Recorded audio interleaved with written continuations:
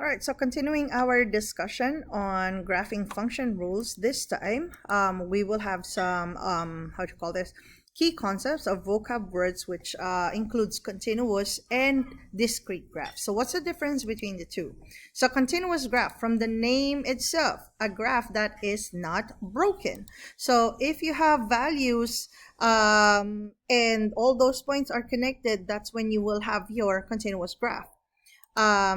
Discrete, on the other hand, your graph is composed of distinct and isolated points. So for discrete functions like this, you will not be considering any other values, like for example fraction parts or decimals and stuff like that.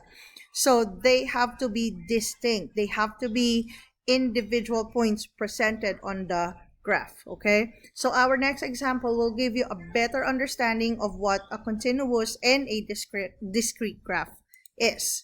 Okay, so for example, in this case, we have a local cheesemaker and making cheddar cheese to sell at a farmer's market.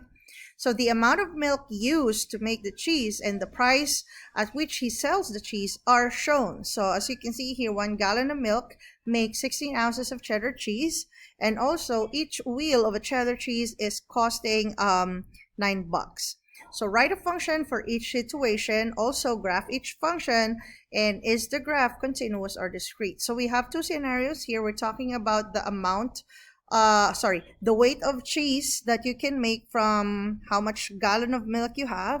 And also the other one is how much you will be earning based on the number of wheels of cheddar cheese that can be sold. All right. So let's start with the first part. Okay, so let's identify how many ounces of cheese can we make for each gallon of milk. All right. So of course, so let's have, this is the milk. Oops, sorry. Oops, my bad. That's the milk, and this is the cheese. Okay, so if you have zero gallons of milk, you cannot make any cheese, right? If you have 1 gallon of milk, you know that you will be able to create 16 ounces. If you have 2 gallons of milk, how many will you be able to get? 32. Okay, if you have 3, you'll have 48. If you have 4 gallons, you'll have 64. Okay, so if you plot these points, this is your x value and these are your y values, we can definitely put it in our graph. So 0 obviously is gonna be 0 over here. Oops. 1 will be 16, so that's gonna be the half, so it's going to be over, so that's 10, 20, that's 32, so it's gonna be somewhere here. Okay, so that, and then here, and then 2, it will be 32. Okay, 3 will be 48, so somewhere over here, and then 4 gallons will give us 64. Okay, so are we going to have this graph as a continuous graph or discrete?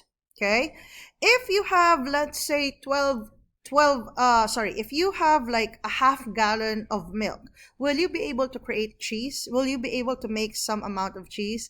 Definitely. All right, so anything in between 0 and 1, you'll be able to create a certain amount of cheese. It's not going to be 16 ounces, but it's going to be less than that, right? If you have 1 gallon and let's say 1/4